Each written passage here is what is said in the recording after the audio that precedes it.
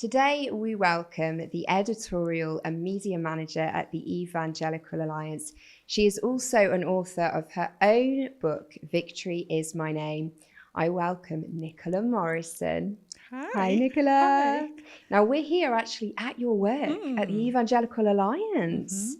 Is that a little bit strange? No, it's quite nice actually. No, it's lovely. You've come to my home. Well, I must say that I absolutely loved reading your book. Thank you. To me, it felt like sitting down with a friend over a coffee and having a chat about life. I love that. It was so accessible. There is a lot that has happened in your life. Yeah. There's been a lot of pain as well. And your parents separated when you were 6. So your mum brought you up along with your sister and your brother. And your dad used to kind of pop in, suddenly appear, and you would drop everything to see him.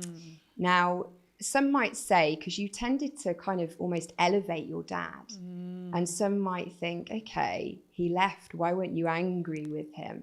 Why do you think it was that you elevated him? That's really interesting, and I think it's actually quite accurate. I think my mum definitely felt that as well over the years, being a single parent and me just pining for this absent parent. I think I'm a lot like my dad. I think throughout the book I kind of highlighted some of the similarities.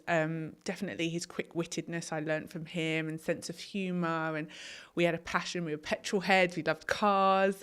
I was very tomboyish, so there were a lot of things about my dad that I really kind of resonated with, should I say. And I think one of the things that really stood out was, even though he was absent, out of all the people that were in my world at a young age, he was the most affectionate. He was the only person that ever said, I love you. He was the only person that ever gave me hugs.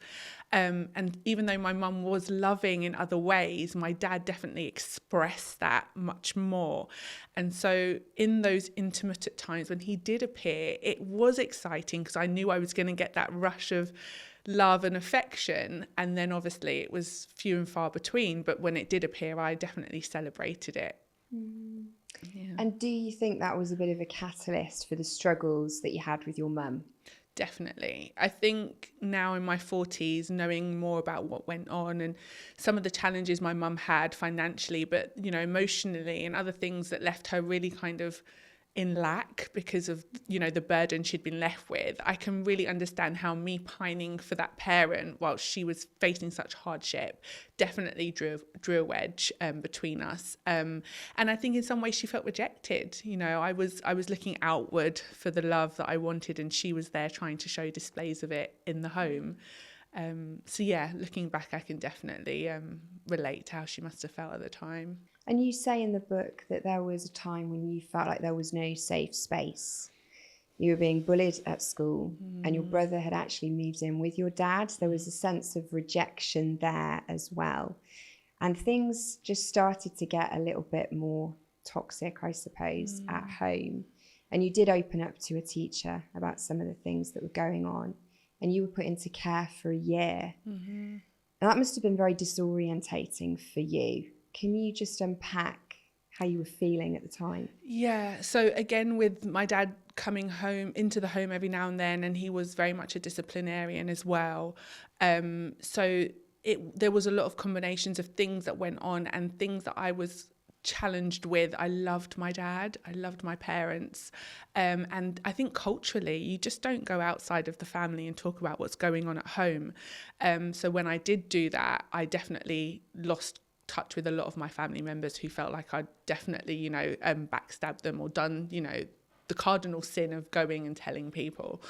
And so that was really hard, but it was quite weird that by the time I actually went into care, it was all I wanted.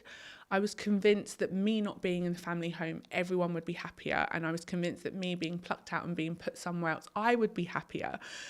So probably most kids that go into care, they'd see it as a last resort. But for me, it was a bit of respite, if I'm honest. Wasn't everything I thought it would be, but it definitely was a break from what I'd felt before. And there was definitely a safety to it that I felt, security, and there's stability when I went into care that I hadn't experienced in the years like leading up to that time. Wow, okay, that's interesting actually, that really is. Because you did go back home after Yeah. that year, Yeah. and it was actually worse Yeah. because of some of the reasons you've just said, actually. And you did attempt to take your own life, but it didn't work, so you didn't tell anybody. You got stuck into your studies because you were very academic. But then after your final exams, your mum kicked you out again, and you were back into children's services.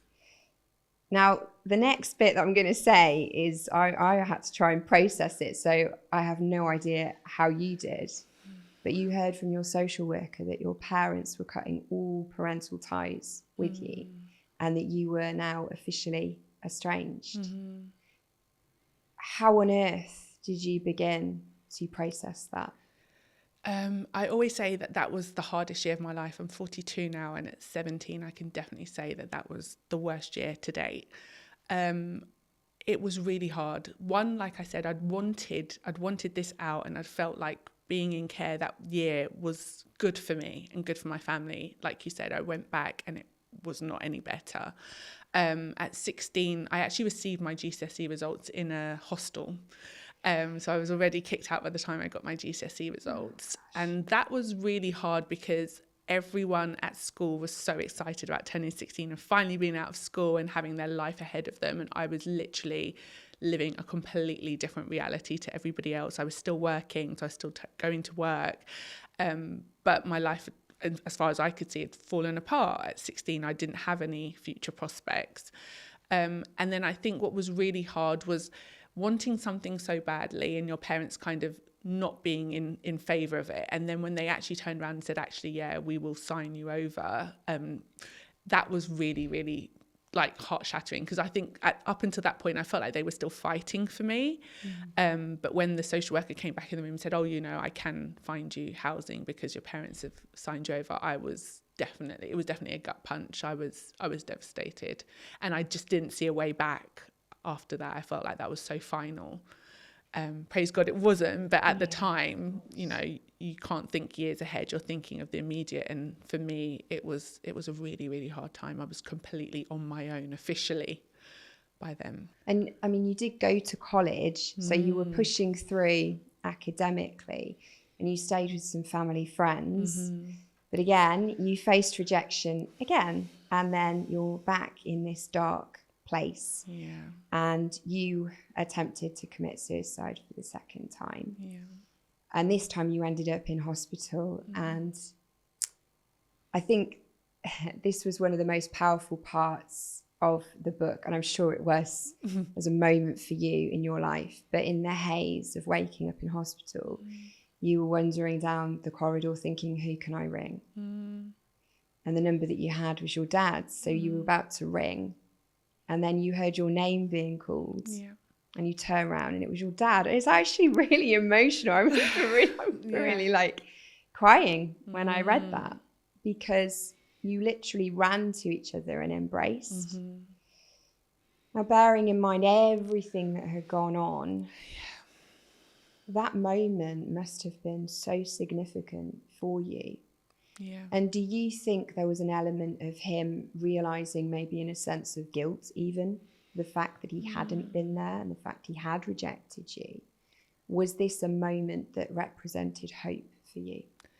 Yeah, it definitely was a moment of hope and transformation, because like I say, I didn't have any answers.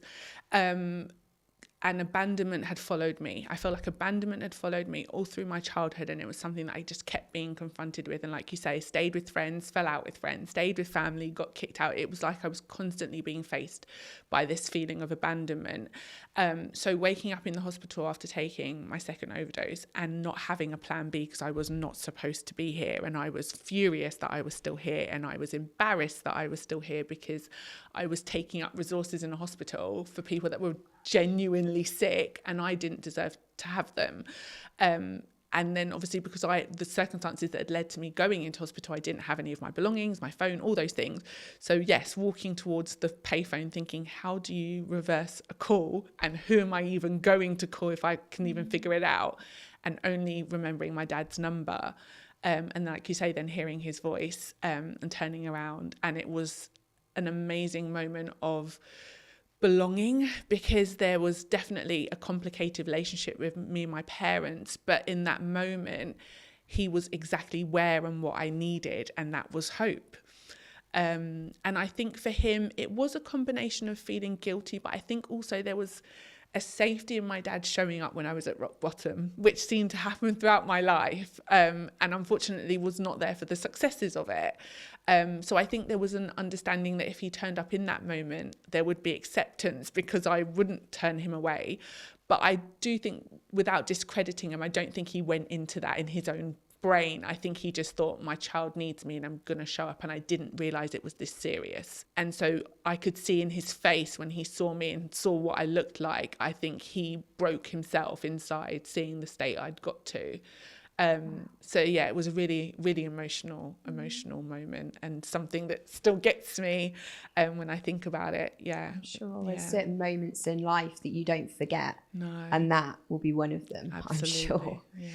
Now, shortly after that, you were invited to church by your auntie, and I think it's fair to say that that then changed your life again, but in a much more positive way. Yes. So can you unpack and just talk through what happened? It was actually, what stuck out to me was she was on my dad's side of the family, and my dad was at the time a devout atheist. So for her to say, would you like to come to church? It just piqued my interest, and it came with no expectations, because unlike the other side of the family that were all Christians and it was kind of all eyes on you, she was just up for me saying, let's go and explore and see what it's all about. So we went to a church in Finchley Road. It was absolutely packed. I remember walking in and thinking it was like 800 people in this service. And 1 minute I was at the top going, oh, this is kind of resonating with me. And before I knew it, I was at the bottom of the stairs, tears flowing and just surrendering my life to Jesus. And I think about that moment and it still makes me feel warm and cozy in the same way I think about accepting Jesus Christ as my saviour and my dad, and the unconditional love that he offered me and promised me. That is definitely one of the most pivotal moments, if not the most pivotal moment of my faith walk. So how has your Christian walk been in terms of like the impact that giving your life to Jesus, because we know not everything becomes rosy overnight. There's still things you've got to work through.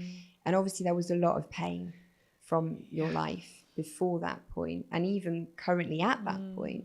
So what would you say the difference was now that Jesus was there to basically walk you forward through that? I encountered a lot of challenges afterwards amongst my peers. Even I remember reading my Bible in the common room at college and having like really heated arguments with close friends that I was fasting or that I was reading the Bible, and I was just like, what is this reaction? I don't understand. So it definitely wasn't easier, but I think the difference is in my journey now in walking with Christ, when challenges come, it's no longer do I feel abandoned, no longer do I feel alone.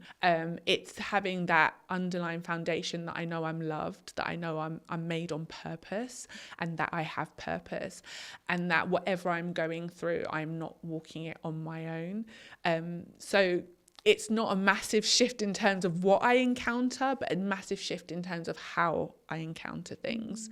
And I was meant to still be here. I wasn't meant to succeed in taking my life, and he's got a plan for me. Oh, absolutely. And I think it's really exciting actually to see where God is taking you. And academically, I mean, you really have pursued that over the years. You always wanted to be a TV presenter. That was your dream. And then you actually ended up working for the BBC for over 10 years. And now you work at the Evangelical Alliance. So how would you say since becoming a Christian, you've kind of opened up to God steering your career?